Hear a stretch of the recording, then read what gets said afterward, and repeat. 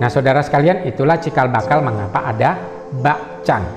Ya, bakcang ini ada yang kecil, ada yang lebih besar, dan ada yang bentuknya panjang seperti ini. Ya, Taja Ping An, saudara sekalian, salam damai. Di depan saya ada makanan yang namanya bakcang, dan juga ada telur yang diberdirikan. Khususnya bulan Juni, tanggalan internasional, atau orang Tionghoa bilang Zhongguo Nongli de 5月份 5月5号, itu adalah satu perayaan yang disebut Pei Chun, atau dalam bahasa Mandarin disebut Tuan Ucie. Dalam Tuan Ucie itu mengenang seorang pahlawan yang namanya Qiyuan. Dia adalah seorang penasihat raja yang pintar, yang bijaksana, yang punya sensitivitas yang tinggi, kepekaan yang tinggi, sehingga nasihat-nasihatnya bisa membantu negara Chu mengalami kedamaian, kemakmuran, dan kesejahteraan. Setelah sekian lama negara Chu ini baik, satu kali negara Chu diserang oleh negara Qin. Ada terjadi peperangan yang hebat, kurang lebih tahun 270 sebelum Masehi. Nah, pada waktu peperangan yang hebat, negara Qin tiba-tiba gencatan senjata dan kasih tahu, "Hei Raja negara Chu, mari kita berunding, jangan lagi kita ribut dan berperang." Lalu penasihat raja sang jenderal Qiyuan ini berkata, "Raja, kamu jangan pergi ke negara Qin." Kenapa? Karena ini adalah jebakan. Tapi saudara sekalian, orang-orang di samping raja yang lain yang tidak suka atau ingin mengganti posisi daripada Qiyuan ini, mereka cenderung korupsi, cenderung iri hati, dan berbuat hal-hal yang semau mendapatkan keuntungan sendiri. Dan mereka nasihatkan kepada raja-raja, kita pergi ke sana saja, kalau kita tidak ada perang, maka negara kita akan damai. Masuk akal sih. Setelah sampai di negara Qin, sang raja langsung ditangkap oleh raja negara Qin, lalu dijebloskan, disiksa 3 tahun kemudian raja mangkat atau meninggal dunia. Digantikan kalau oleh anaknya menjadi raja, anak kedua menjadi perdana menteri. Waktu anaknya menjadi raja dan perdana menteri, penasihat raja ini, Qiyuan ini akhirnya diusir dari istana. Ketika diusir dari istana, Qiyuan ini sangat dekat dengan rakyat, mengasihi rakyat, membangun rakyat, mendamaikan rakyat, dan sebagainya. Singkat cerita, dia sangat dicintai oleh rakyat. Tetapi Qiyuan ini melihat negara Chu makin lama makin terserang, makin lama makin tersudutkan, sehingga dia tuh ada rasa frustasi. Dia tahu cara terbaik bagaimana membuat Chu ini bisa menang, tapi dia tidak punya kesempatan. Akhirnya Qiyuan ini pergi ke sungai namanya Miluo, lalu dia memeluk batu, menceburkan diri di sana dan mati di sana. Nah, waktu dia mati, rakyat bergegas mencari dia karena mereka mencintai Qiyuan ini, pahlawan mereka. Akhirnya mereka pakai perahu mencari-cari mayat Qiyuan ini, dan untuk mengusir binatang-binatang di sana, mereka pakai gendang keras supaya binatang takut dan tidak memakan jasad pahlawan mereka. Inilah cikal bakal lomba perahu naga di dunia. Lalu setelah dicari pakai perahu tidak dapat, mereka mulai frustasi, tapi mereka dapat akal. Bagaimana kalau kita kasih makan ikan-ikan dan ular yang ada di sungai, semua binatang di sungai, supaya mereka tidak makan orang kesayangan kita. Akhirnya mereka membungkus nasi lalu dibuang ke sungai sebanyak mungkin dengan harapan kalau binatang-binatang itu kenyang, maka jasad itu tetap utuh. Nah, saudara sekalian, itulah cikal bakal mengapa ada bakcang. Ya. Di dalam perayaan Tuan Ucie atau Pei Chun ada 4 tradisi. Yang pertama adalah Chongliang atau mandi siang. Jadi di antara jam 11 sampai jam 13 siang pada waktu bulan 5 tanggal 5 tanggalan Chinese, itu diyakini bahwa pada waktu mandi siang itu akan membuat banyak penyakit di tubuh kita itu turun. Itu keyakinan, ya, keyakinan di situ. Walaupun kita tidak percaya mistis dan sebagainya, tapi ini kan tradisi, ya. Kita percaya bahwa berkat kesembuhan datangnya daripada Tuhan dan kita pakai obat untuk menyembuhkan kita. Yang kedua adalah tradisi memberdirikan telur, ya. Jadi ada lomba untuk buat telur berdiri di bagian-bagian saudara-saudara kita di mana banyak orang Tionghoa, etnis Chinese atau China itu ada lomba-lomba telur ini. Di Sumatera ada, di Kalimantan ada, di Jawa juga ada. Ya, telur diberdirikan. Ini lihat ya, telur menghadap langit dan ini di bumi. Jadi ada sinergi langit dan bumi. Filosofi dibaliknya adalah orang itu perlu berdiri di atas bumi tapi tetap menghadap kepada langit. Artinya orang hidup perlu menginjak bumi atau perlu masuk akal di bumi, perlu kerja keras, tetapi perlu tahu bahwa semuanya ditentukan dari langit dan bersyukur kepada langit. Kalau keyakinan saya itu dikatakan dari dia, oleh dia, dan untuk dia. Nah saudara, jadi ini adalah telur berdiri. Ya. Telur berdiri menurut penelitian lebih mudah diberdirikan, telur lebih mudah diberdirikan di antara jam 11 sampai jam 13 siang, di mana gaya gravitasi bumi sangat besar. Dan kepercayaannya di bulan Juni atau bulan 5 tanggalan Tiongkok, telur lebih mudah diberdirikan waktu siang. Ya, saya sendiri coba praktek ya saudara, dengan kehati-hatian maka murid-murid saya bisa memberdirikan telur.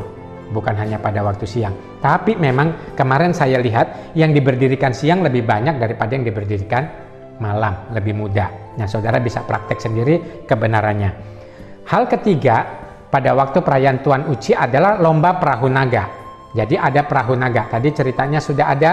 Jadi lomba perahu naga ini bisa dilakukan di berbagai tempat di dunia, yang paling terkenal di Hong Kong, di mana ada puluhan negara di dunia, orang Chinese overseas dari seluruh dunia itu datang ke Hong Kong untuk mengikuti lomba perahu naga. Kali ini bukan untuk mengenang jasa Chuyen, tetapi mereka melatih kekompakan, ya, kerjasama yang baik supaya bisa maju. Jadi kalau negara mau maju perlu kompak dari berbagai unsur, dari berbagai latar belakang etnis dan ras. Perlu kerjasama, perlu berjuang mencapai satu tujuan, baru bisa cepat diantar sampai tujuan. Itu filosofinya. Jadi kalau kita mencintai negara, seperti Tuan Uci adalah hari cinta negara, maka kita perlu kerjasama, perlu kerja keras demi satu tujuan. Maka hal itu bisa lebih baik. Dan yang paling menarik adalah bakcang. Nah saudara, bakcang ini ada yang kecil, ada yang lebih besar, dan ada yang bentuknya panjang seperti ini, ya, panjang dan besar.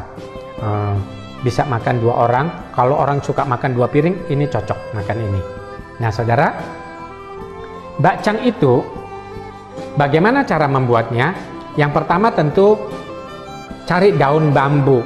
Daun bambu ini setelah dicuci dia perlu direbus, bisa 10-30 menit.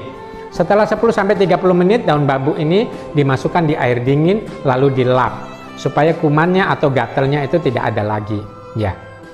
Jadi pakai daun bambu. Lalu isinya bakcang bisa seperti ini. Ada beras atau nasi, bisa juga terdiri dari ketan. Isinya ada daging, ada telur asin, ada jamur. Ada juga di Tiongkok pakai hongcao, itu buah yang merah, yang manis. Atau orang yang vegetarian itu suka pakai sayur. Dan ada banyak orang di Indonesia, Chinese Indonesia itu suka pakai gula putih, gula merah, disebut kicang.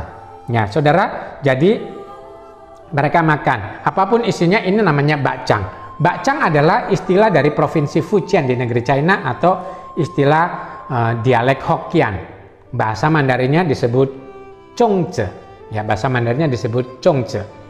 Nah, saudara sekalian, yang menarik yang saya ingin tawarkan di sini adalah, atau yang saya ingin katakan di sini adalah filosofi bakcang.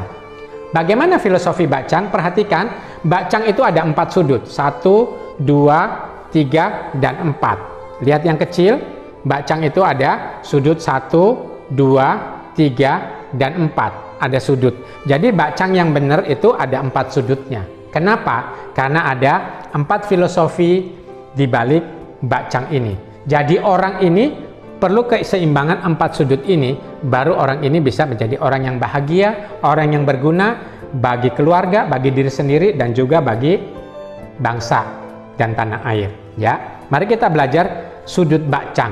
Yang pertama disebut cecu. Cecu. Cecu artinya rasa cukup. Orang perlu punya rasa cukup. Kalau orang nggak punya rasa cukup, dia serakah. Kalau orang sudah serakah, dia ingin mendapatkan apa saja, menghalalkan segala cara. Akhirnya banyak kejahatan dibuat. Kalau orang sudah serakah, dia suka mengorbankan waktu, akhirnya kurang istirahat dan dia gampang sakit. Kalau orang sudah serakah dan tidak punya rasa cukup, dia habiskan banyak waktu di luar, melupakan waktu untuk keluarga, atau membuat banyak uang, energi dipakai ya demi mendapatkan untung besar yang dia pikir, tapi akhirnya dia kehilangan waktu untuk keluarga dan uang keluarga ditinggalkan. Nah saudara, cecu atau rasa cukup itu penting. Kita manusia punya banyak sekali keinginan dan hanya sedikit kebutuhan. Apa manusia tidak boleh ingin? Boleh.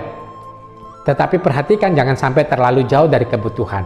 Yang paling penting adalah kebutuhan. Nah, kita perlu bekerja sekeras mungkin, sepintar mungkin untuk mendapatkan berkat-berkat untuk kebutuhan kita.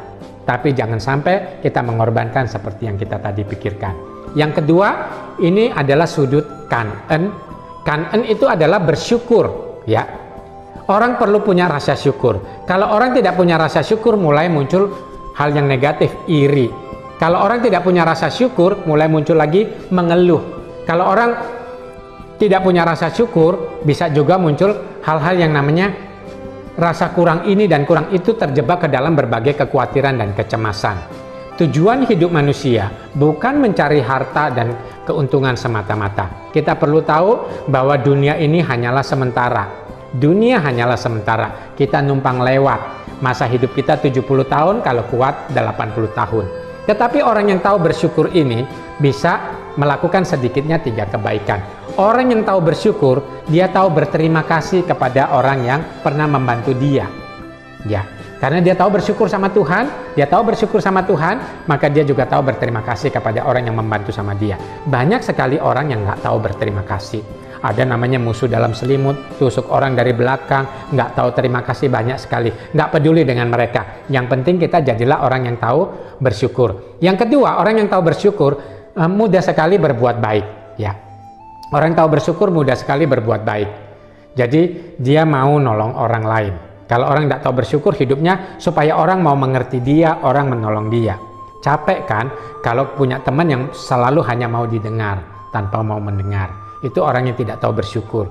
Kalau orang yang kata-katanya tajam, selalu lihat negatif, itu orang-orang yang tidak tahu bersyukur. Nah saudara, hidup kita nggak bahagia kalau kita tidak tahu bersyukur. Ya. Lalu ini tadi cecu, ini tadi kan'en. Maka di sini adalah sudut namanya sancie.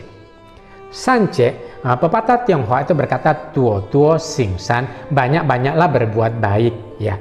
Tapi sancie juga adalah selain banyak berbuat baik, coba kalau kita kenal sesama kita, kenal orang lain, atau kita berteman, bersosialisasi, cari lebih dulu mana kelebihan dan kebaikannya.